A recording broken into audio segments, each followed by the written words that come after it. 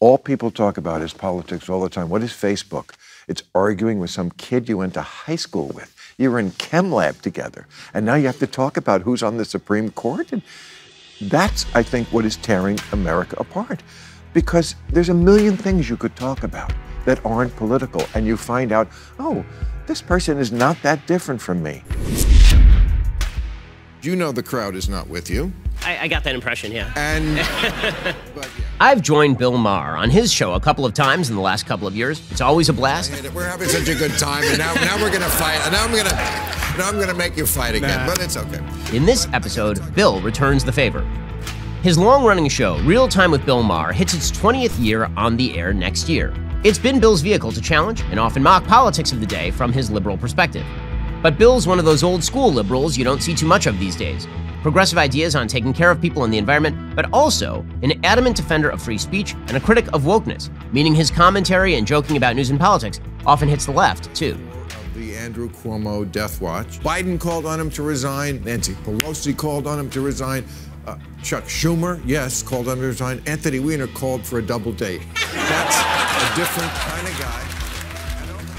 Given the Russia and Ukraine news right now, in this episode, we revisit President Trump's presence on the world stage and his relationship with Russia versus that of President Biden. We'll also discuss left-wing media misinformation and dishonesty on COVID the last couple of years, and what it would take for Bill to cross that political aisle and finally vote Republican.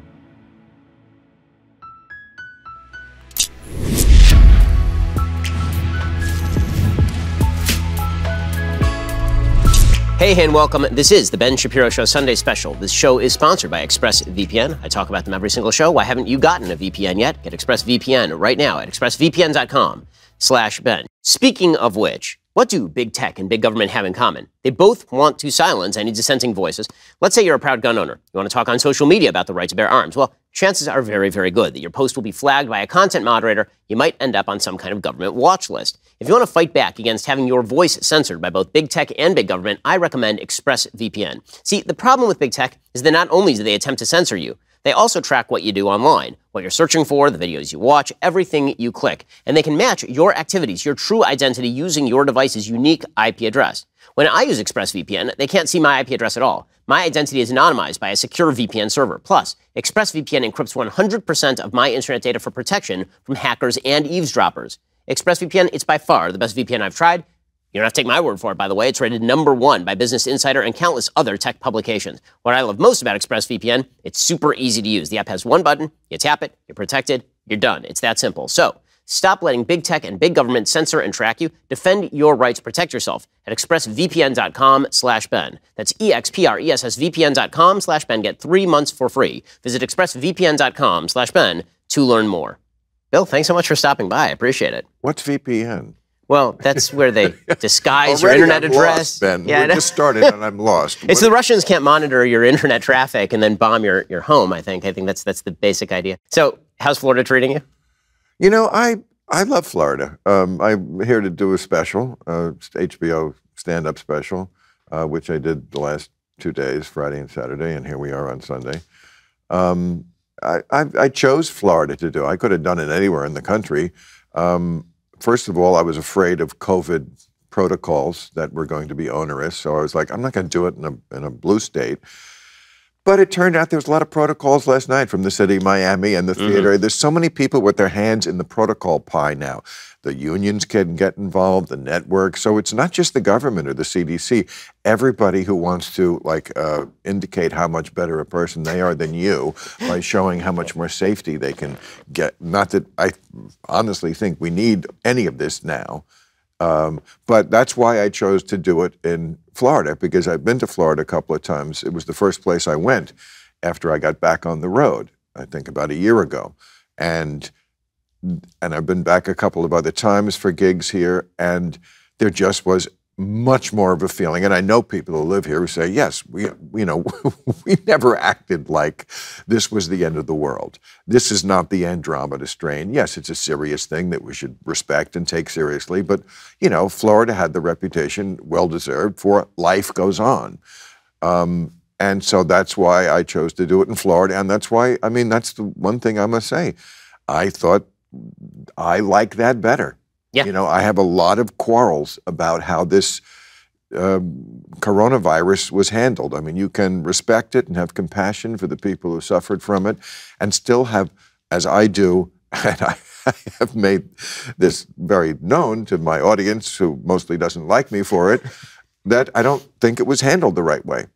Yeah, I mean, for us, I mean, for my family, we actually moved mid-COVID from LA to Florida, and this is one of the reasons. I mean, in LA, they shut down all the public parks. You couldn't take your kid outdoors, and then there were a bunch of riots, and it was like, well, if I could take my kids rioting, it would have been okay, but I couldn't take my kids rioting, so I had to be double quarantined in my home. I was quarantined for the virus and then quarantined because there were riots outside my door, and it was like, I'm getting out of here. I mean, one of the first editorials I did when I had to be doing the show from my backyard was about how, just in general, I think we should handle any disease, but especially this one, more internally, not just externally. Yes, there is that element, externally meaning vaccines.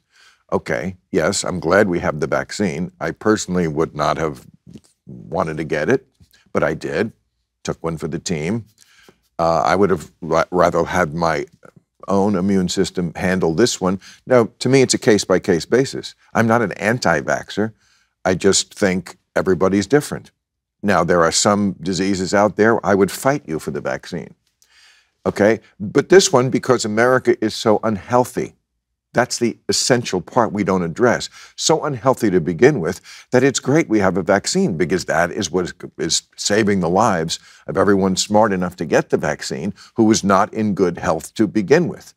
But, you know, that certainly wouldn't have been my way to handle it. So, I mean, you've been very vocal on this, and obviously you say your audience doesn't like you very much for it. Why do you think this became such a politicized point of view? Because what you're saying, I mean, you and I disagree on so much about politics, but on this sort of stuff, it seems like this is just the basic data, which is that for a lot of people who are obese, people who are older, people who have a prior immune problem, those people really, really needed the vaccine. If you were young and you were healthy, and if you're in decent shape, your chances of death from this were really not particularly high. We're not talking about the Black Death here with a 1/3 death ratio. And yet this turned into not only that you need to mask up forever, but that you needed to triple vax and mask post-triple vaccination. I mean, my view of this was I was basically quarantined with my parents. My parents were 65, so I want to make sure they didn't get it. And so we basically holed up with them, and we didn't go outside in LA for a long time. And then the minute the vaccines were available, and we took the vaccines, my parents got them mainly. As soon as that was over, we were done. I mean, we had enough faith in what we were being told about the vaccine to figure, okay, we're done here. But following the data has become a bad thing, and you're labeled an anti-vaxxer even if you're pro-vax. I mean, I got double vaxxed. My parents got triple vaxxed. My wife, who's a doctor, is triple vaxxed, and we were labeled anti-vax anyway because we weren't saying that you should lose your job if you didn't vax. Right. I mean, there's a lot of silliness on both sides, a lot of bad information on both sides. I don't think the liberals liked it when I pointed out that I think it was something like 41% of Democrats, when asked the question, I mean, and this was in the New York Times, they had Republican versus Democrat views on COVID, and something like 41% of Democrats, when asked the key question, how many people who get COVID need to be hospitalized, thought it was over 50%, when it was, of course, around 1%. I mean, that's a crazy number. To be off that much about the, no wonder they think you need a mask everywhere. If you think half the people who get it need to go to the hospital and it's really 1%, how did they get that bad information in their head? And I said, you know, Fox News and the right wing has a lot to answer for a lot of misinformation out there. I would put climate change as top of that list.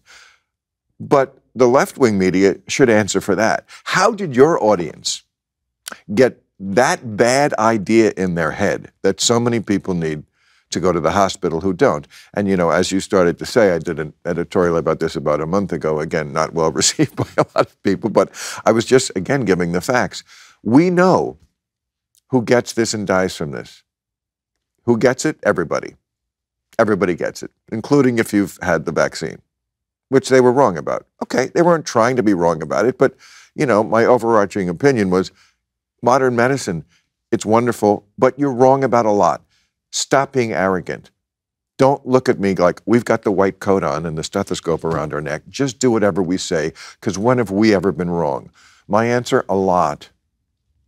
You've been wrong about a lot. Not because you're corrupt, although sometimes there's that too, But you've just been wrong about a lot, including a lot about this vaccine. I mean, about this disease. So we know who gets it. Okay, 75% of the people who died over 65. Now that's sad. Death is always sad. I'm against death. I don't care who knows it. But, you know, Earth is a timeshare. We can't all be here at the same time. Some of us have to go to make room for others. People are going to die when they start being over 65. Something. I mean, you can't stop aging. Believe me, Ben, I've tried. So that's 75%. 99% unvaccinated. 99%. Where do you ever see that in any story about anything? And of course, 78% of the people who died or are hospitalized were obese. And that's another one that's not a popular opinion to talk about, but I feel like I have to because it's such a salient fact in this. If you just said to somebody, okay, there's an X factor in this, of 78% of the people who get it, this X factor accounts for 78% who die or go to the hospital. Wouldn't you be a little curious? If you were a news organization, wouldn't you be talking about that fact all the time? And yet we're at such a crazy place with obesity. It is the ultimate third rail in discourse. I'm talking about everything you could possibly talk about. That is the ultimate third rail. You just do not talk about it. And of course, we need to talk about it. That's the real epidemic, not coronavirus. That's going to become, as it has now, I think, become a much more mild disease. And it's going to be with us forever, as all viruses are. It's not going to disappear, I don't think. But the real epidemic is obesity, and that we don't talk about. I mean, I wonder why you think that is, just out of curiosity, why you think that everybody's scared to talk about it. I mean, I have a theory, but I want to hear yours. Let's hear yours first. Okay, sure. So, I mean, my basic theory is that as a society, we've really cracked down very hard on the idea that people have any sort of control over their lives. And whenever you imply that somebody has control over their life and they have a problem and that maybe they can avoid that problem, they get very, very angry at you. And obesity is a great example of this because the vast majority of people who are obese are people who probably should be eating less and creating caloric deficit. You silver-tongued it beautifully, Ben. I was just going to say they love to stuff their face, but it's really the same idea, isn't it? Yes, I mean, but we are in a different place with it than we were even 5 years ago. 5 years ago, it at least was thought to be a good thing to try to lose weight, right? Now, that's what they shame. Adele. Right. Famously lost weight, and they shamed her for that. That's through the looking glass. When you're the bad person because you lost weight, and it's just seen as a different way of living. There's no judgment to it. And look, I don't believe in shaming. I'm not fat shaming. I'm fat splaining. I'm splaining that, you know, beauty is in the eye of the beholder, absolutely. But science is not. Science is not. And those facts are unforgiving when you look at the number of people who died. And you didn't even have to be that much overweight to have a much worse outcome, having to go to the hospital, having to get ventilated. I think 40% of the people who died had diabetes. And again, even take COVID out of the picture. Yep. I was talking about this before COVID and got lambasted by James Corden and other people who attacked me. Oh, Bill, you're such a bad person. I'm not shaming people. I'm just saying we were never going to solve the healthcare crisis in this country until we get our arms around this thing. And we're not allowed to talk about it, or else you're a bad person. And anyone who doesn't, I'm sorry, you have blood on your hands. Anyone in the media who doesn't talk about this because you're so afraid of the reaction, you have blood on your hands because you're not doing these people a favor. You're not doing people a favor. Like I always say, ever see a fat 90-year-old? Never. Shouldn't that tell you something? I mean, you're either going to die fast from COVID, especially if you're not vaccinated from this, or slowly.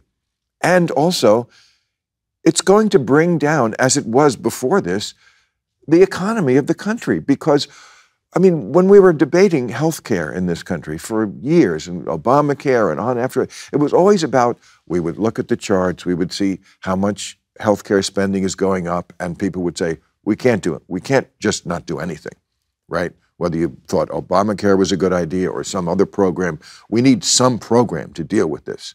But never part of that program was, let's ask the people to participate in their own health. I think this is what you were getting at. Yep. We don't ask people to, you have to participate. It can't all just be, the government can't solve this on their own. Vaccines can't solve this on their own. You have to do it.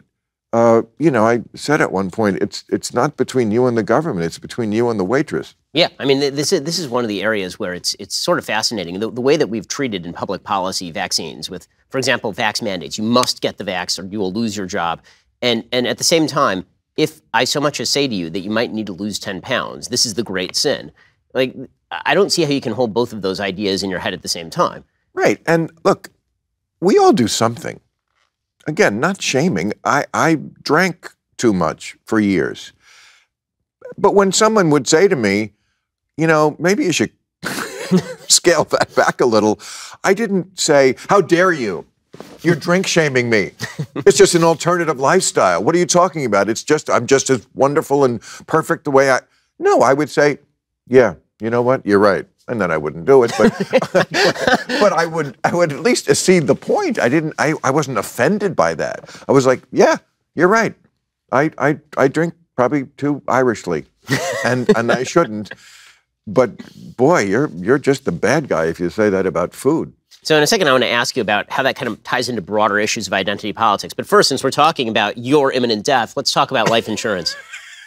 If somebody relies on your financial support, whether it's a child, an aging parent, even a business partner, you need life insurance. Typically, life insurance gets more expensive as you age, so you should really get it sooner rather than later because every single minute that passes, you are getting older, which means you're getting more expensive to insure. This is why there is Policy Genius. Policy Genius is your one-stop shop to find and buy the insurance you need. Simply head on over to policygenius.com, answer a few questions about yourself. In minutes, you can work out how much life insurance coverage you need and compare personalized quotes to find your best price. You could save 50% or more on life insurance by comparing quotes with Policy Genius. The team of licensed experts at Policy Genius will help you understand your options and apply for the policy you choose. The Policy Genius team works for you, not the insurance companies. You can trust them to offer unbiased help and advocate for you every step until you are covered. And Policy Genius doesn't add on extra fees. They don't sell your information to third parties. If you're still not convinced, you can check out their thousands of 5-star reviews across Google and Trustpilot. Since 2014, Policy Genius has helped over 30 million people shop for insurance and placed $120 billion in coverage. So head on over to policygenius.com today. Get your free life insurance quotes. See how much you could save. Boy, you are the king of blends. I work hard at it, you know. That is a segue, my brother. That's why they pay me the big bucks around here. I see. Yeah. Beautiful. So let's talk about identity politics. So one of the things I think that we're speaking about here is the attempt to turn everything into an identity. And so if you are, Adele is bad because she shed her identity as an overweight singer for a new identity as just a singer who's not overweight. And there's this feeling about nearly everything in American life. Everything can be boiled down to an issue of identity.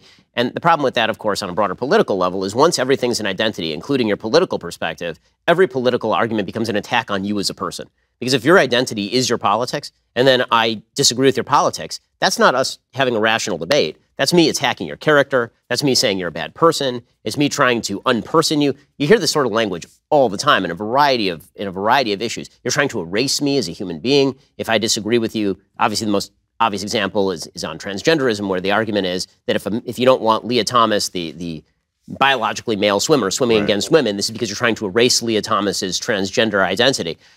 Like, once everything becomes an identity, even putting that example aside, then it prohibits you from actually having rational conversations with people. The entire basis of rational conversation is my identity doesn't matter. What I'm arguing up here with you is what matters. Yeah, I would agree with all that, but I would ask you if you would agree that there's certainly a lot of that on the right too. What is more of an identity than the Trump voter, the white person who thinks that America is being taken away and becoming a different kind of country than they remember it? You know, let's make America great again, wink, wink, you know, white again. I mean, that is also a type of identity politics, yes? I mean, for the people who actually believe that, well, sure. A lot of people. I mean, but I wonder how much of that is reading into somebody else's politics, your desired, character flaw. Meaning you see that on the right doing that to the left too. I mean, there have been good studies showing that people on the right tend to think that people on the left don't care about family, people on the left don't care about personal values. And then when you actually ask people on the left what they care about a lot of those things. Right. And on the left, you see the same thing with the right. If you voted for Trump, it's because you want to make America white again. It's not because you're concerned about, for example, taking the immigration issue. Let's say you're not concerned about the race of immigration. You're worried about how people are going to vote once they move here and how that changes the legal structure of the system. Or you're worried about the income level or education level of people moving here. Those are not the same thing as the skin color of the person. So no, and immigration is an issue where I think the Democrats are really not getting it. I mean, they're losing the Hispanic vote. It's an amazing thing. Along the border in Texas. Their idea, again, it's sort of your point about identity politics. Their conception, I think, and it's wrong, is that every Latino in America is thinking, boy, more immigration. That would be the best thing. And a lot of them are thinking, no, I'm here. Yeah. The last thing I want is someone else coming over who's going to do my job for a little less money. And, I wonder when this is going to sink in the Democratic Party leadership. I think it's going to be very difficult for them because I think that there was a sort of math that was done in the early part of the 20th century with people like Roy Teixeira writing about this, talking about how there was this new emerging Democratic majority. It was going to be a majority-minority coalition. As the demographics of the country changed and became less white, inevitably these minority groups would continue to vote at the same rates that they were voting for Democrats. So if you get more Hispanics, you get more black voters, you get more Asian voters, inevitably this would be sort of the new rising wave. And Obama really did model that in 2012. He had a very diverse coalition combined with college-educated white liberals. And so they thought this was going to be the formula here on out, and that was always going to be the formula. And it turns out, the guy who wrote that piece, he came out recently and he said, yeah, I got that completely wrong. It's just not true because the Hispanic vote, it turns out, is malleable. A lot of people who are Hispanic identify as white Hispanic, right? A lot of people who are Hispanic don't think of themselves primarily in terms of a certain racial identity that dictates politics. They may vote differently. I mean, Cuban Americans don't vote the same way that Venezuelan Americans vote, who don't vote the same way that Mexican Americans vote. The question is whether they're so tied into this sort of intersectional coalition where everybody is described based on their race, as opposed to a broad platform that anybody can ascribe to no matter what, that they can't get out of that sort of mindset. And it feels like sort of, I mean, I think that's the disappointment of Biden in some ways. Biden was supposed to be a moderate who was above all that, and he really hasn't governed that way. Right. And they assimilate quickly, very quickly. And then, they're like, well, I made it, and I'm sorry, but I'm pulling up the ladder. Because if I leave the ladder down, then, again, you're going to come in and take my job. And I don't identify that way. I'm an American now. And that's sort of what we want. I can't remember, I read this recently, but somebody wrote an article and said that the Hispanic vote is starting to look a lot like what happened with the Italian vote. Yep. Or the Germans, or the Irish, or everybody except the Jews who just kept voting Democrat forever. Right. But yes. But didn't the Italian become much more of a Republican bloc? And I mean, that could happen. And if the Democrats lose that, they're in a lot of trouble because that is a rising demographic as far as numbers. And if that number even becomes like 50-50, I mean, it's funny because it was only a few years ago that people were saying, oh, well, the Republicans are cooked. Right. Because look at the numbers. The whites are going down and the people of color. And of course, if the people of color are going up, but they're voting the wrong way, as far as the Democrats are concerned, then you're really in a lot of trouble as far as winning elections, which I assume is what they're still trying to do. Yeah, no, I mean, this is why I think wokeness is such electoral poison for Democrats, not just because it's treating people as members of identity groups that they may not see as their chief signifier, but also because, to a certain extent, they're only appealing to certain identity groups. I think that there are a lot of Hispanics in America who looked at the platform of Black Lives Matter in 2020, which said, get rid of the cops don't need to be here, defund the police.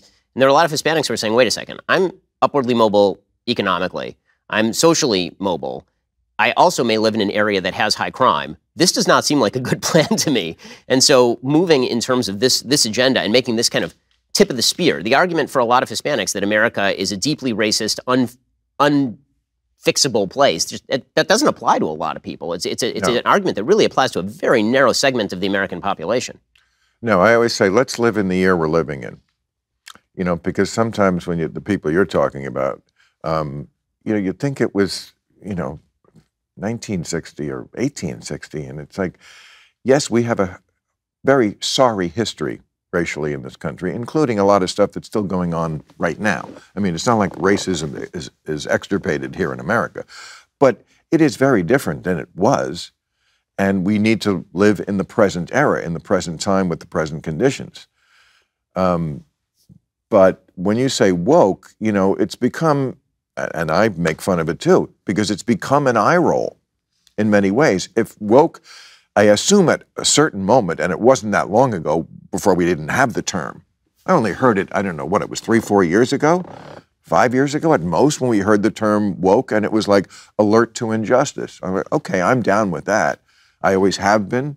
I hope people still understand that about me.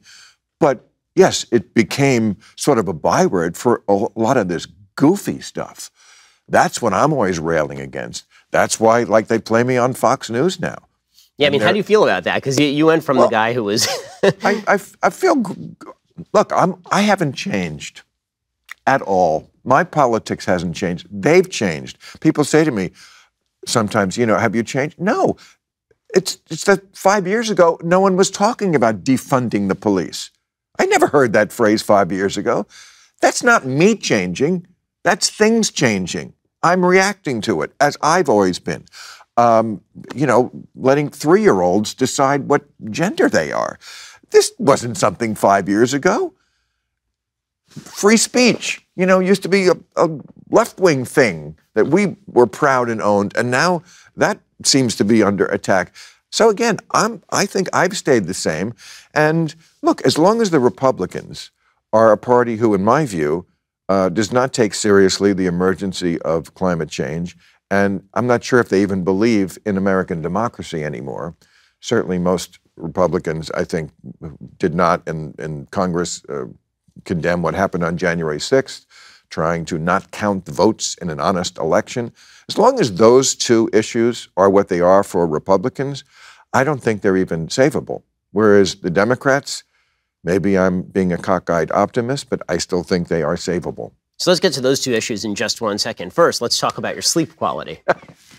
Helix Sleep. This is the mattress you need. They have a quiz that takes just 2 minutes to complete and matches your body type and sleep preferences to the perfect mattress for you. Why would you buy a mattress made for somebody else? You really shouldn't. It's a dumb idea. With Helix, you're getting a mattress you know will be perfect for the way you sleep. Everybody is unique. Helix knows that. They have several different mattress models to choose from. They've got soft, medium, and firm mattresses. Mattresses great for cooling you down if you sleep hot. Even a Helix Plus mattress for plus-size folks. I love my Helix Sleep mattress. It was made just for me, made just for my wife. We actually were able to tailor the mattress so that there are different settings on each side of the bed. If you're looking for a mattress, you take the quiz, you order the mattress you're matched to, the mattress comes right to your door shipped for free. You don't ever need to go to a mattress store again. Helix is awesome, but you don't need to take my word for it. Helix was awarded the #1 best overall mattress pick of 2020 by both GQ and Wired magazine. So head on over to helixsleep.com/Ben. Take that 2-minute sleep quiz. They will match you to a customized mattress that'll give you the best sleep of your life. They have a 10-year warranty. You get to try it out for 100 nights risk-free. They'll even pick it up for you if you don't love it, but you will. Helix is offering up to $200 off all mattress orders and 2 free pillows for our listeners at helixsleep.com/Ben. Boy, do I need that. Sleep quality. Yeah, exactly. Would you send one to my house tomorrow? 100%. I had a terrible time sleeping here. I absolutely will. It's personalized just for you. Oh, 2-minute sleep quiz. Yeah, we'll make the magic happen for you. Ben, I love you. Thank you. So let's talk about those two issues because I know there are a lot of people in my audience who are thinking, okay, so if we just solve those two issues, then maybe Bill Maher votes Republican for the first time. Have you ever voted Republican? Absolutely. I voted for Bob Dole in '96. Now, I admit that was a sentimental vote because, you know, I don't think I ever told you this. My parents, both World War II veterans, met in World War II. My mother was a nurse. I think he was the last one from the World War II era, and he was going to lose. So it's an easy vote, isn't it? So that's the other thing about voting in California. It wasn't like if he won. It's so different than where the Republican Party is now. It's not like if he won, he was a crazy person who was, you know, going to start not counting the votes or do the crazy things that Trump did when he was president or, you know, not concede elections or something. He was just, you know, he was a Kansas conservative. And I voted for McCain in the 2000 primary, I think. When he was, Against the original maverick, and I may have voted for him in that election. If he was in 2000, if he had gotten the nomination. I was not. I have come to really like Al Gore and know him personally, and I like him a lot. And but I was not happy the way he distanced himself because of Monica Lewinsky. It's like that's to me was always the big flaw with the Democrats. It's like, come on, guys, just man up a little bit. Just remember, he kissed his wife real hard at the convention. It was very awkward. It was very awkward. And now in retrospect, it was even more awkward. And terrible politics. Yes. They should have just said, okay, Bill Clinton, as I think Hillary herself once said, he's a hard dog to keep on the porch. That's just, I knew Roger for a while. I met Bill a few times. I can tell you some funny stories. That's who they are. They're good old boys. They like ladies. And it's just some of the stuff that went on back then about, if he cheated on his wife, how can we know he's not going to cheat on the country? Dumb things that people said. Like, it's very different. So let's start with the climate change thing, and then we'll get to the voting thing. So on climate change, there's, I think, sort of a reasonable spectrum of opinion inside the Republican Party, and then there are the people who just outright say climate change is not happening, it's not human caused. The position that's been taken by a lot of Republicans, including me, I say the climate change is happening. I fully accept the IPCC estimates and the range of estimates from the IPCC. Okay. I just think that the solutions that are being proposed are completely unreasonable. So I think this idea that we're going to just pour money into green energy and this is going to magically solve the problem does not solve the basic problem, which is that most of the forms of energy we're talking about are not nearly competitive on the world stage with carbon-based energy. But what about a carbon tax? So a carbon tax would be almost impossible to do globally is the issue. So the biggest emitters not on a per capita basis, but on an absolute basis are China and India right now. And they're not going to carbon tax anything. Right? We still have a global competition with China and India in terms of foreign policy, and allowing them to pollute up the wazoo while we sacrifice our own energy ambitions. That seems like a bad recipe for Europe right now, for example, with regard to Russia, which means that if you're actually going to do something, what I've talked about before is doing things like building seawalls, exploring geoengineering. Adapting. Because humans are great at adapting, and we suck at actually preventing. We're very good at adapting, suck at preventing. Does adapting include like going to Mars, like Elon Musk? That's not like top of the agenda. I think that seawalls are better. But sure, I like space travel as much as the next guy. But I don't think Mars.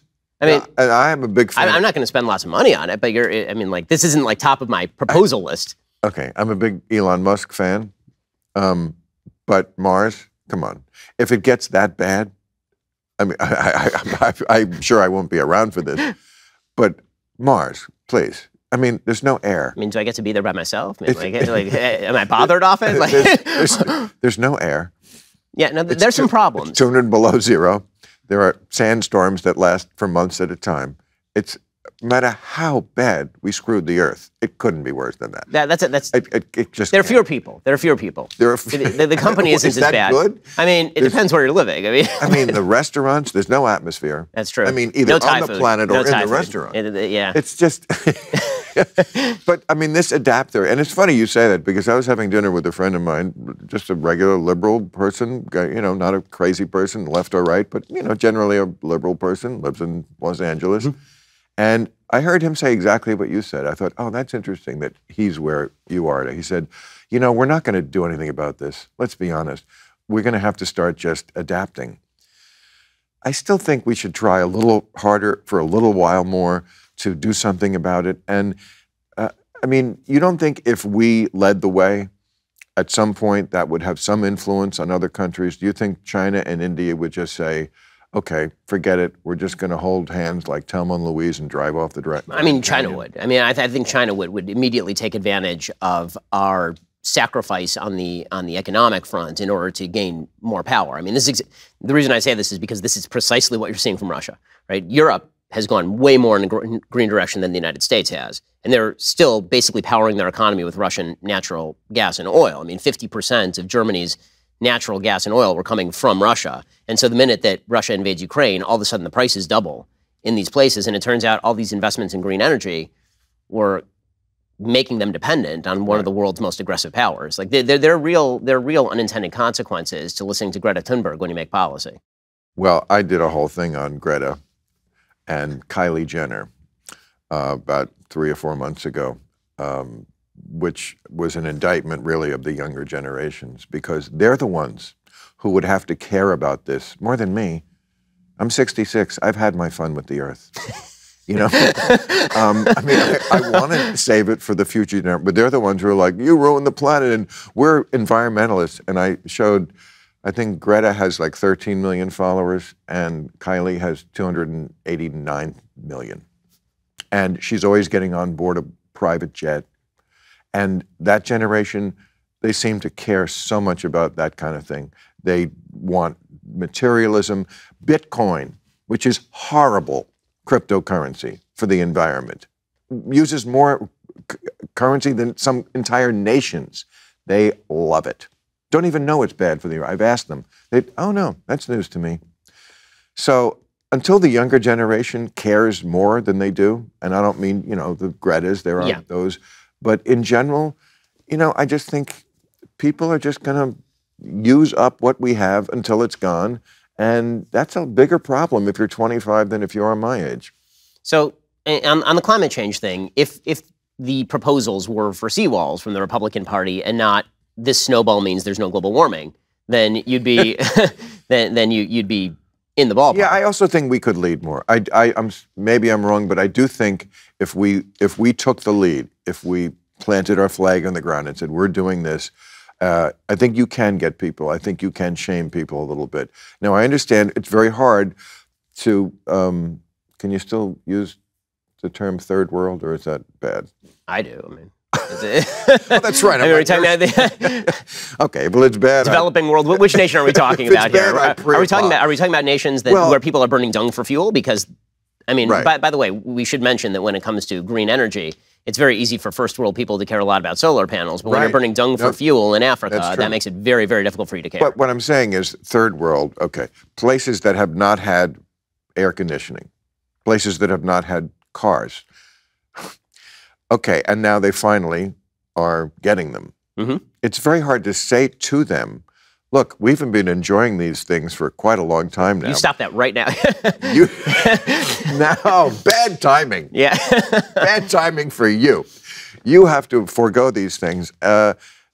So I take your point. It's going to be very hard for India and China. But, I mean, they're not stupid. I mean, they must understand that what good is it to win the economic race if you can't breathe? I mean, the air in Beijing, don't they sometimes have to, like, take drastic measures because you can't breathe there? Well, the nice thing about being a communist dictatorship is that a few more people die, you know, what's a few more beans, more or less, is the nice thing about being a horrific tyrannical dictatorship. I mean, unfortunately, you know, communist authoritarian nations don't have a great environmental track record, from Chernobyl to Beijing today. I mean, a case could be made that we very often are callous about people's life in this country as well. I mean, I will say we haven't killed 100 million people for an ideology recently. So what are you talking about? Communism. Yeah, well, absolutely. Yeah. Well, Mao, again, Stalin. You know, what I said before about woke and like why it's an eye roll, it's like among the many goofy things they believe that they didn't used to is that, you know, maybe communism is worth a try again and capitalism is bad. You know, things like that. Right. That again, I didn't change. Yeah. You changed. You know? So in a second, I do want to get to the kind of big elephant in the room, of course, when it comes to all this stuff, which is voting and Trump and all of these sort of insanity of the last couple of years. First, let's talk about if you need to recruit more employees and better employees. You do. You need better employees. And here's the thing. If you are a prospective employee, it's always a great idea to keep learning new skills. Whether you want to learn how to save more money or how to own a plant without killing it or how to make the perfect pizza crust, if you're always learning, it keeps you sharp. Well, here's the thing. ZipRecruiter believes this as well. They have an AI. That AI is magical because it is always learning. So if you are hiring, their AI gets better and faster at finding the right candidates for all of your roles. And right now, you can try it for free at ZipRecruiter.com/BenGuest. ZipRecruiter uses its powerful technology to find and match the right candidates up with your job. Then it proactively presents these candidates to you. You can easily review these recommended candidates, and then you invite your top choices to apply for your job. That encourages them to apply even faster. No wonder ZipRecruiter is the #1 rated hiring site in the United States based on G2 ratings. Right now, you can try ZipRecruiter for free at this exclusive web address, ZipRecruiter.com/BenGuest. That's ZipRecruiter.com/BenGuest, BenGuest, because I have a guest. ZipRecruiter is indeed the smartest way to hire. Check them out at ZipRecruiter.com/BenGuest to get started today. You're killing me with this thing. That's half the fun. Okay. Okay, so let's talk about the notion that the entire Republican Party is sort of held hostage to the voting priorities of Donald Trump when it comes to his belief that the 2020 election was stolen, or maybe him saying that that's what he believes. It's sort of difficult to tell what he once believed, what he convinced himself to believe, or whatever. But getting outside of his head, I think he really believes it. I think at this point he definitely believes it. I don't know if he believed it the day that the election happened, but I think within a couple of hours he'd gotten there. I think they have proved in psychology that if you tell yourself a lie enough, you know, I think OJ thinks he did not kill his wife. I think if you live a lie long enough, I mean, I know people who literally have changed their age. You think that would be something that's kind of like easy to remember? And they really think they're a different age because they've been telling the lie for so long. So I really think Trump thinks he won that election. But okay, so that given, the basic idea here is that the Republican Party is a threat to sort of the very health of democracy, and that if the Republicans are in charge again of, say, all three branches of government, they can pass whatever they want. That their first move is to stymie the ability of people to vote.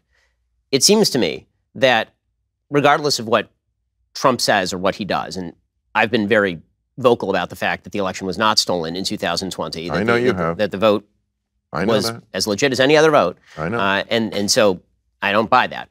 With all of that said, the evidence of widespread voter suppression that has been alleged by, for example, Stacey Abrams in Georgia does not exist in the same way that the voter fraud evidence that Donald Trump suggests is widespread does not exist. In fact, there's probably better evidence of mild voter fraud in particular areas than there is of voter suppression. You really can't name a person in the United States who said, I desperately wanted to vote, and I was legally able to vote, and now I can't vote. And so the idea that Republicans are going to step in and just quash people's ability to vote, and this ends democracy, I find that difficult to believe. I'm not going to argue with you a lot about that.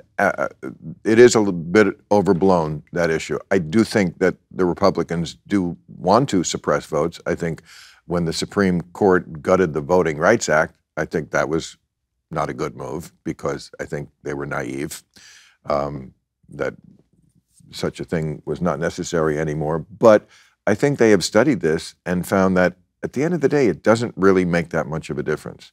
The people who want to vote are going to vote. Now, we shouldn't make it harder for them. There shouldn't be long lines in black neighborhoods and no lines in white neighborhoods. Sure. There shouldn't be like one drop box in all of Houston County or something for 2 million people. I mean, drop boxes are typically not the way people vote until the last 5 minutes, there are a right? lot of examples of chicanery that you must admit should not be going on. I mean, to me, the greatest form of chicanery is what we see in California with ballot harvesting. If I'm looking at something that I think is really corrupt, ballot harvesting is the practice where parties can go door to door and pick up ballots from particular doors. And so if you have a really well-funded Republican machine, then you go to all of the Republican houses, you pick up their ballots. That seems like a real possibility of either voter fraud or intimidation. That's more dangerous to me than some drop boxes get taken away. I mean, that's. But this is not even where we have the major contention, or even such a thing as voter ID. They've done surveys on this, and most people are okay. By the way, with even getting a voter ID. Even gerrymandering, which everybody's all up and hot and bothered about. I mean, it happens when Republicans are in charge and when Democrats are in charge, and it doesn't seem to have all that much of an impact on a broad national scale in terms of the allocation of the vote. Gerrymandering is horrible because what it does is that it just encourages the extremes of either party. I mean, I don't disagree with that. I just don't think that if we had fair districts, people would have to come to the middle. And that's what would, I think, more than anything else, save this country, because we're breaking down into this country where the only people who get elected are the far extremes of either party. And of course, you can't legislate, you can't come together, you can't compromise when you have those two kind of factions in the Congress. But my worry more about what we're talking about is what Trump is doing now, which is trying to, behind the scenes, put people in place so that in the next election, when he tries to do what he did in the last one, it works. When he calls up, as he did, and why he wasn't impeached for this, I don't know. When he calls up Brad Raffensperger, the Secretary of State of Georgia. Georgia, correct, and says, can you find me 11,000 votes? The next time he'll have somebody who will say, yes, I can. In fact, I can find 12,000. How about that? That's what I'm worried about. It's what Stalin said. It doesn't matter who votes, it matters who counts the votes. That's where they're heading. So if that were to happen, obviously that would be a crime, and if people were to be falsifying you don't think that's going on right now? You don't think that's what Trump is trying to do? Put his stooges, his loyalists in places where there were Brad Raffenspergers before? Everybody who's run in a primary with the platform that they wish to do that has lost. And so my great worry about the platform for I'm going to be throwing out votes, for example, like if you're running for state election official in I'm not sure about particular counties in Arizona. If you're running on the platform, then I'm going to be able to throw out ballots that I just don't like, or I'm going to send electors. Well, alternative slates of electors have to be selected by the state legislature. I mean, I've seen no evidence that their state legislature. They're changing the law sometimes, where it's not the state legislature who gets to make that call. Well, this is why they need to reform the Electoral Account Act, right, at the federal level. Okay. I mean, that needs to be radically revised, And where's the Republican Party on that? I mean, they have enough support to do that in the Senate. It's been Chuck Schumer who doesn't want to do that because he's been holding it up based on him wanting to do a broader voting bill. Right? He said that this is like... That's always the Democrats. They can never just take good, right? No, Romney, Collins, even McConnell's on board for the Electoral Account Act revision. Like, everybody's on board for that one. And if they had just broken that thing up into 90 pieces, right? They'd passed half of them easily. It's just crazy. Yep. It is complete insanity. Yeah. So, with sort of all of this said, and I think that you're right that it feels like the country is separating right now in some pretty extreme ways.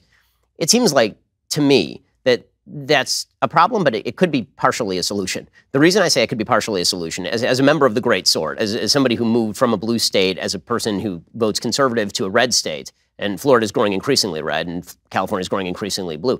As that happens, it seems like to me, the hope for the country is not that we start electing moderates at the national level who start coming together and doing things. It seems like the hope is that everybody sort of says, if we're going to stick around in the same country, it's got to be weapons down. In other words, the federal government needs to let California be California, and needs to let Florida be Florida, and needs to get the hell out of the way, because otherwise it's going to be a bare majority of red people cramming down their views on the 49% of blue, or vice versa. So either we go back to a much more strong federalist system in which all of the localities that are now much more sorted politically sort of govern how they want to, and then we all share a couple of things like national defense and roads, or we're going to just get this kind of rock'em sock'em robots till the end of time. I don't think it's going to get better. I think it has to start with an attitude adjustment. I mean, when I sat down, that cup you have there that says leftist tears. Oh, yes. Available with your subscription today. Yep. Your producer said, would you like one? And I said, no. I don't want to endorse that attitude on either side that make you cry your leftist tears. I mean, I understand. You. I mean, it's a joke, but yeah. I know, but it's the attitude you have. And look, I've said horrible things about lots of people, including many on the right, and used words I probably shouldn't have. But I think we got to step back from that, because we're at a place now where we're just loathing each other. We didn't. I don't know. I wasn't alive for it. I don't think people always all through the history of this country had this kind of loathing for each other, where we see people with T-shirts on the right that say, "I'd rather be with Russia than the Democrats." Well, that's insane. I mean, that is insane. Okay, but that's an feeling of a lot of people. Yeah, and on the left, vice versa, for sure. I mean, I don't know if anybody on the left is wishing they'd rather be with another foreign entity than the Republican Party. I think that's some. I mean, I've never seen an equivalent of that on the left. The hatred for Trump in particular was strong enough that if you had given people... It was everything that was wrong with a human stuffed into one man. You can't hate them for that. But, I mean, I wouldn't say that about Joe Biden. I wouldn't say that about Bill Clinton. I wouldn't say that about Barack Obama, all presidents who I really loathe. I mean, this is not... Right, but they didn't, stand with Putin and say, I believe him over my own intelligence agencies. I mean... They didn't rob charities and, make fun of the handicapped and do a million things that nut did. What do you mean, well? What I mean is that Barack Obama literally sat with Dmitry Medvedev in 2012 and pledged him flexibility post-election if Russia would back off. What I mean is that the Democratic Party had their candidate. You're saying that's an equivalent to. I'm saying it's much worse than Trump saying that he believes whatever he believes, because no one took Trump seriously about anything. What? You and I had this conversation in 2018. That's a ridiculous argument for the president of the United States. Oh, don't bother with him. Did you take him seriously about everything? You took Trump seriously about everything? He's the president. Of course I did. Really? When he is but you've seen him. Like, really? I know. Okay, but if you're the president, you didn't take Bill Clinton seriously when he was banging everything in sight. I don't really see why you're taking. What does that have to do with this? No, I mean, you're talking about what the president. Bill Clinton in his life is the comparison is Bill Clinton in his sexual life is frivolous. Donald Trump in many of the things that he does, including his political life, is frivolous. I don't treat him with the same seriousness I would treat Barack Obama. His political life is the life. You can't compare those two things. I don't really care and it doesn't matter. It doesn't affect me or the nation what Bill Clinton did in his personal life, his sexual life. It matters very much what the president does in his political life when he stands with a foreign leader who is an adversary, almost an enemy, now an enemy, for sure, and says, I believe him over the people in my own government, my intelligence agencies, the people who keep us safe, and then lied about it when they came after him. Oh, believe me, in that Helsinki press conference, I went after him with a blowtorch. But the actual impact of that was far more negligible than the impact of Barack Obama saying to Dmitry Medvedev what he said. I mean, Vladimir Putin invaded Crimea 2 years later, and Barack Obama 1 year later was handing over Syria to the Russians. So, I mean, like, in terms of actual hard policy, this is one of the problems with trying to gauge Trump that I always had, is that for every other president, you could see a direct connect between the thing they were trying to do and what they actually accomplished. The things they were saying were intended to accomplish a particular purpose, and then it would either accomplish the purpose or not accomplish the purpose. And with Trump, as I've said before, I feel like on his epitaph, it will say Donald Trump, 45th president of the United States. He said a lot of shit. Because he did. He said a lot of shit. And we all know that instinctively, that when you read his Twitter feed, you weren't reading the well thought out press, focus grouped comments of Barack Obama, who actually, as much as I dislike Barack Obama's policy, he thought through what he was doing. I don't think anybody thought that Donald Trump was anything more than a bundle of impulses in a lot of ways. But he was not a game show host at the time that he was saying this. What was the impact of it? Well, I would say a lot of the shit that he was saying. I mean, that's really the question. Well, I don't know. We're going to find out how this war goes in Ukraine, won't we? Then the question there is whether that was incentivized by Donald Trump or whether it was the pullout from Afghanistan, whether it was the last 6 months of saying we would do nothing. At that very press conference, they asked Putin, would you like Donald Trump to be in office? Duh. Right. Absolutely. Why do you believe Vladimir Putin? You just said it's bad to believe Vladimir Putin. Because he was just so convincing in that moment. And why wouldn't he want a useful idiot in office? He seems like he's taking more territory under Democrats than Republicans. Well, I don't know if that has to do with us at all. Not everything has to do with us, What's going on in Ukraine, I don't... Okay, but now you've created a bit of an unfalsifiable argument. When something bad doesn't happen, then it has to do with Donald Trump. And when something bad happens, it doesn't have to do with the Democrats. Well, no, that's not what I'm saying at all. I'm saying Donald Trump encouraged Russia, encouraged them to meddle in our election. He stood there in public and said, if you can find something, Russia, please, I hope you're listening. I mean, really, what would your reaction be if a Democrat did that? I ripped him up when he said that. Again, okay. I'm not saying that what he said is good. I'm saying that to take Donald Trump's commentary with no grain of giant salt is Let me ask you what you think is going to happen in 2024. You think Trump's going to run, right? I'd be shocked if he doesn't. I would be shocked too. Okay. And what about getting the nomination? Now, I was talking on my show, the very last one we did, about how his numbers are way down. I said, this is a great opportunity now for Democrats. Don't do that. Don't do the version of cry your leftist tears. Don't be like, you morons, you voted for this guy, and now say, just handle this with graciousness. Handle this the way Lincoln did after the Civil War, with malice toward none, charity for all. This is how we have to come back together. So he's going to run. Is he going to get the nomination, or is maybe your boy here, DeSantis, going to fight him? I mean, the big problem for the Republicans is going to be whether anybody runs against him, because he's a giant wrecking ball. I mean, and if you run against Trump, you run the risk that he wrecks you so hard in the primary that you have no chance in the general. Right. And so that is the big question. So what do you think will happen? I mean, I think that if he runs, it's going to clear the field. Right. Okay, so he's running again. From political analysis point of view, I do too. So he's running again. Okay, so it's November of 2024. he loses just the way he did last time. Let's say that. He's running against, I don't know, say the Democrats come up with someone.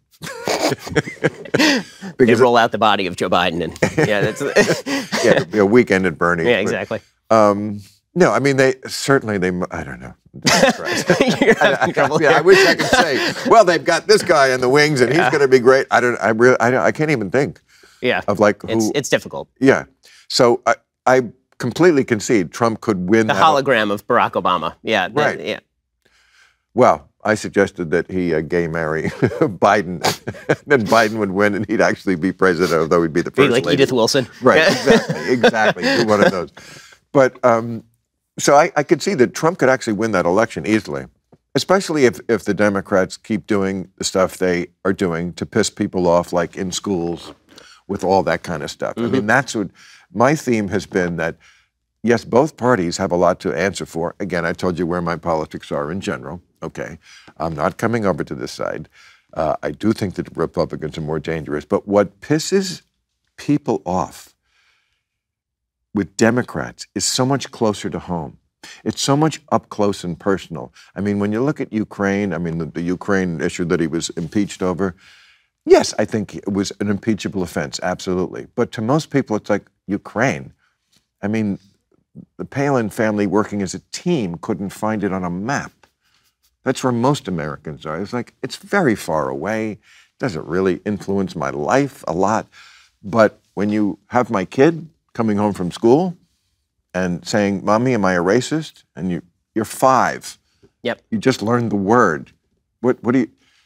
That's what I worry about with the Democrats. And in that scenario, Trump could win. But if he doesn't, if he loses, like, say, about the way he lost last time, not by a lot, but no, you think he's going to go gently into that night? No, but I don't think it's going to matter.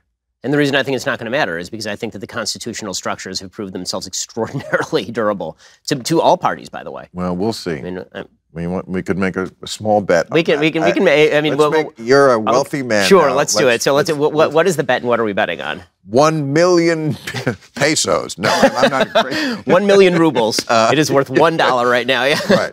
Just a friendly gentleman's $100 bet. Okay. I think the scenario I laid out, I think is much more likely that he tries to, that it's, I'm not saying that that's an unlikely scenario. I mean, this is why I'm asking, what are we betting on? Like, the question is, does he succeed or not?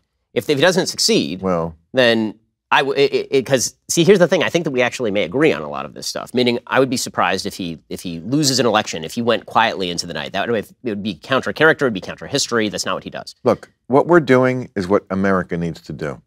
2 guys who don't agree on everything, who are basically on 2 different sides, but who can talk without hating each other. I'm doing like you, I'm doing a podcast now, and it's not political. It's so much fun to get away from politics sometimes. I would love to have you on. That'd be a blast. I think it drops like the 21st of March or something like that. I think you can even subscribe now. But I would love to talk to you and find out what's under the yarmulke.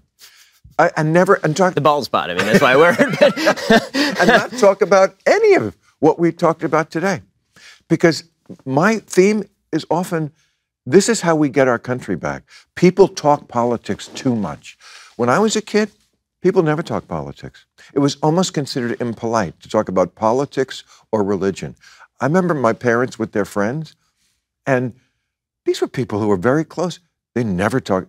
I think sometimes they didn't even know what religion they were. They were like, I think they're Episcopalian. We don't.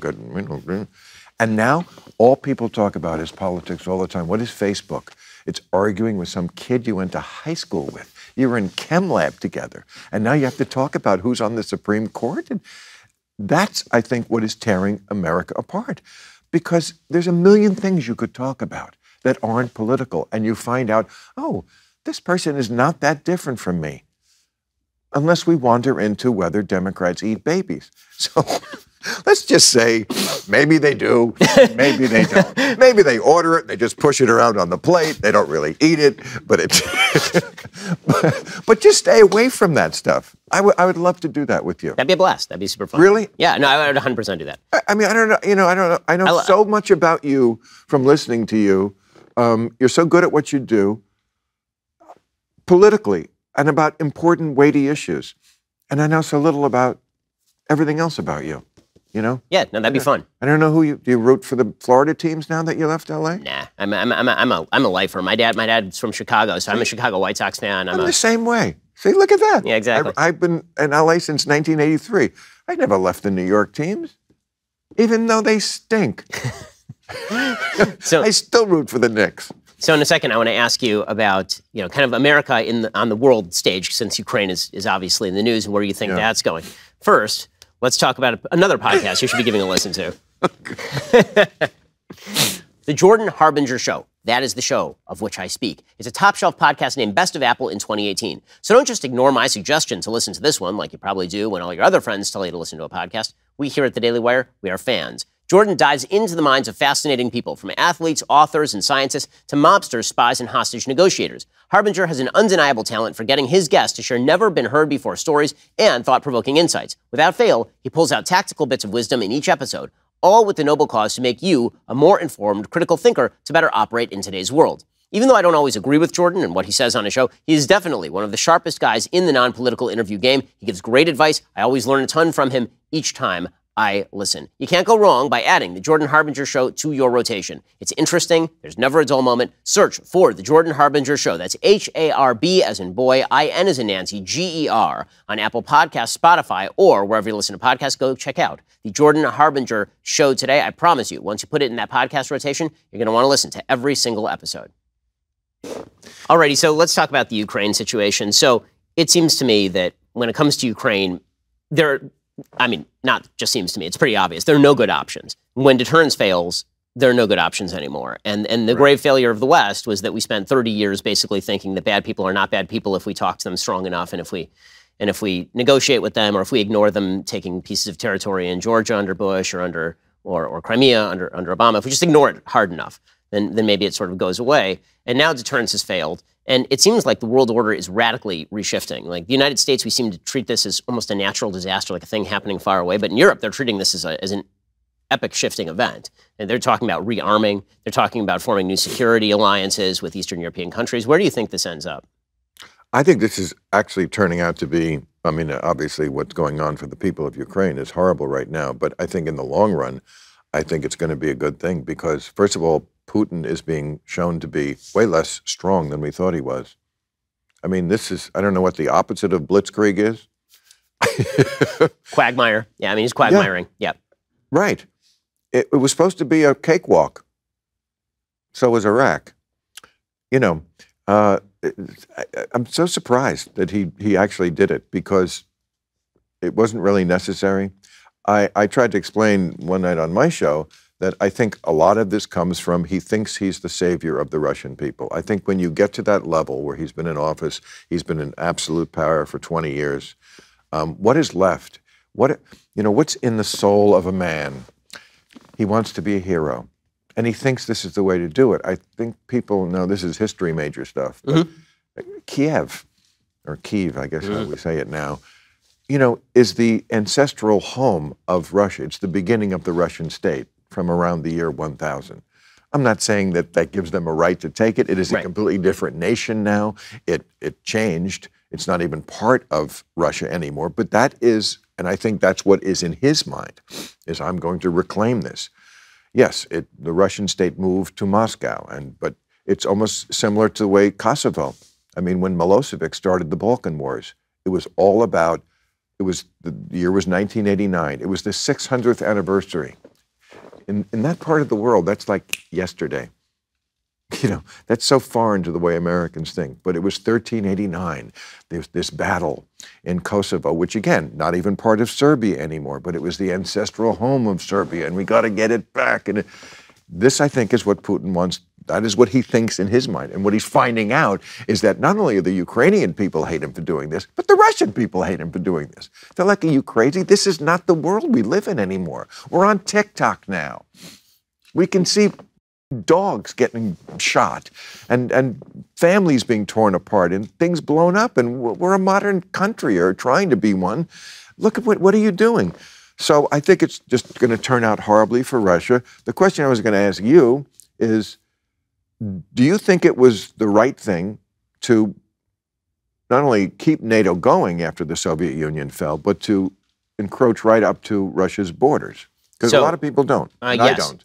I actually do think that, I think that, here's the thing. If you are going to make overtures to a nation that they should try to join NATO and then not back it up, that's the worst thing you could do. So we took sort of the worst path with Ukraine. We were encouraging them, maybe you'll join NATO, maybe you won't join NATO. If you make an overture, maybe we'll consider it. And so that leaves them in an incredibly vulnerable spot because we're basically saying to them that you have to make overtures to us, and meanwhile Russia's on your eastern border. And so Russia's looking at that going, no, we're not gonna do this at all. If we had wanted, if you're gonna make a move, make it strong. In other words, if you're gonna have Ukraine join NATO, make Ukraine join NATO, and you make sure that they have the armaments necessary to defend themselves, and you have a mutual alliance pact. If you're an independent armed nation, by the way, right now, to me, the one long-lasting ramification of this that's incredibly dangerous. If you're a non-aligned nation right now, you don't have a mutual defense guarantee with either China or Russia or the United States. How fast are you looking for a nuclear weapon right now? I mean, you are looking like hell for a nuclear weapon right now because you don't want to be in a conventional war with a major power. But that's not what I'm asking you. I'm asking you 30 years ago. Yes. 1991. Mm-hmm. Okay. What should we have done then? The Soviet Union fell. NATO was formed specifically to counter the Soviet Union and communism, which now was no more. Why keep that alliance going? Why not invite Russia? At that moment, Boris Yeltsin took over, right? Invite them. You're one of us now, as opposed to keeping this organization going past the point where it had a reason to be going. I mean, the question is whether you really thought that Russia was going to be and develop toward being a friendly nation to the West or not. If you were skeptical, but that caused them not to be. I mean, I wonder if that's the case. I mean, well, we'll never know. But if they had disbanded NATO and said, "Look, we're all capitalist countries now. We're not fighting communism anymore, and we're not fighting the Soviet Union because it doesn't exist. So we should stop having this organization which treats you like the enemy and bring you in." So I disagree to one extent, which is that you'll notice that there are a bunch of nations that Putin has attempted to invade. Not one of them is a member of NATO. So I think Latvia, Lithuania, and Estonia would all be Russia right now if we had gotten rid of NATO. I mean, Finland has been bordering Russia since 1949 as a member of NATO. All of these nations joined NATO in the 90s. Latvia, Lithuania, Estonia, I think they all joined either 99 or 2004. Yeah. And that was in direct opposition to, at that point, Putin, right? You're talking late 90s, early 2000s, because Putin took power in 1999. So I think the sort of optimistic vision, which is that if we had made more nice overtures to Boris Yeltsin, Yeltsin was a plutocrat, and he was an incompetent plutocrat at that. And then he was replaced by a much more competent plutocrat and a dictatorial plutocrat who had territorial ambition. And so I tend to be much more, hawkish in terms of not trusting other nations to spin on a dime and suddenly become our friends. And so the idea that it worked with Japan and Germany, didn't it? Well, no, we fully occupied Japan and Germany after nuking Japan twice and after firebombing the living hell out of Germany. So we didn't actually do any of that to Russia. But we welcomed Japan and Germany. We occupied them and forcibly deposed their emperor. Of course, right after the war, we had to. I mean, we still have troops there right now. I mean, we have troops in Okinawa. Them there. Yes, but for decades. They want them there. And they're on our side. They're not occupying them. They're not treating Germany and Japan as an enemy. We treat them as an ally. What I'm saying is we forcibly turned them into an ally. I mean, we literally had American troops. We still have American bases in Germany. We have no American bases in Russia. Meaning the idea that we were going to take we have bases in Germany to fight Russia, to fight the Soviet Union, which doesn't exist anymore. Yes, but in the aftermath of that, we fully toppled the regime. And then we proceeded to occupy and help reconstitute the government in that regime. We had to occupy them right after the war. I'm not making the argument against occupation in Germany or Japan. Okay, the point I'm making is we occupied them until they were able to stand on their own feet, and then we left. The bases there were for them because they were our allies now. Well, I mean, we needed to keep the bases there also in order to encourage Japan, for example, not to go after nuclear weapons. The idea is we'll defend you so you don't have to defend yourself. We don't want you rearming militarily. Right? We built an entire European Union and EC in order to keep Germany down. Right? We also made the emperor go on the radio and admit he wasn't a god. Right. So I mean, there's try to make that speech. There's a really good book by a woman whose name escapes me right now. It's called Secondhand Time, won the Nobel Prize a few years back, and it was an oral history of Russians talking about the Soviet Union post-Russia. So it's just her interviewing a bunch of people who are standing around in 2000 talking about what the Soviet Union was like. And there's one particular interview that's really striking where she's talking to an old Soviet who had been imprisoned, tortured in Lubyanka by the KGB, who'd had friends and family members shot by the KGB, and ended up, or the GRB at the time, and ended up, GRU at the time, and ended up in World War II seeing a person who'd tortured him. And the person looked at him and said, we're both Russian. And he says now, he says, I don't understand the world I'm living in. My kids want Levi's and they want radios. Why can't we have that Russian greatness back? And I think the biggest mistake the West makes generally, and this is true with Russia today, it's true with China as well, is that we tend to think that everybody wants the same things that we want. They want material well-being. They want longer lives. They want their kids to go to good schools. On a fundamental level, unfortunately, I think that that's not always true. I think that there are a lot of people who want, George Orwell wrote this about Hitler in 1940. He said, one of the reasons Hitler's successful is because what Hitler realizes is something that we in the West don't, which is we say we want a washing machine and we want a nice radio.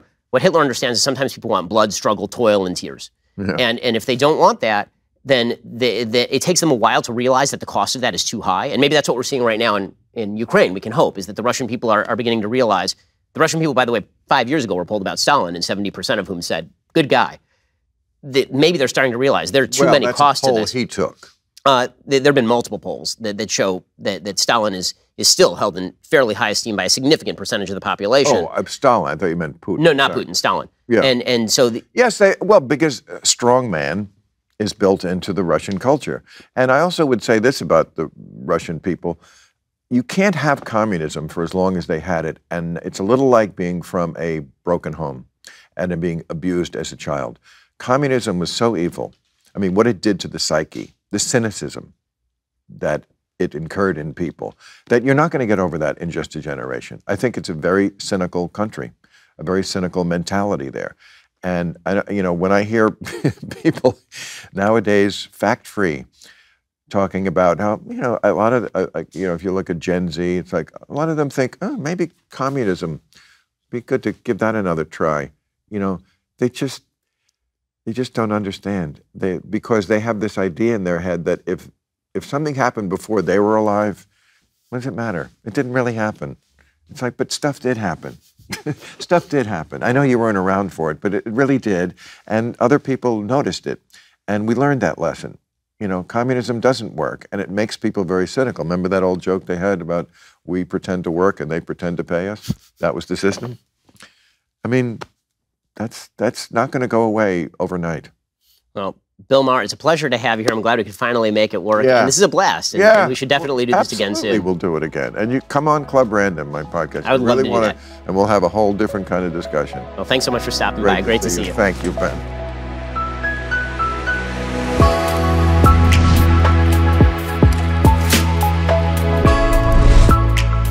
The Ben Shapiro Show Sunday Special is produced by Mathis Glover. Executive producer Jeremy Boring. Production manager Pavel Wydowski. Associate producer Justine Turley. Editing is by Jim Nickel. Audio is mixed by Mike Coromina. Hair and makeup is by Fabiola Cristina. Title graphics are by Cynthia Angulo. Production assistant Jessica Crand. The Ben Shapiro Show Sunday Special is a Daily Wire production. Copyright Daily Wire 2022.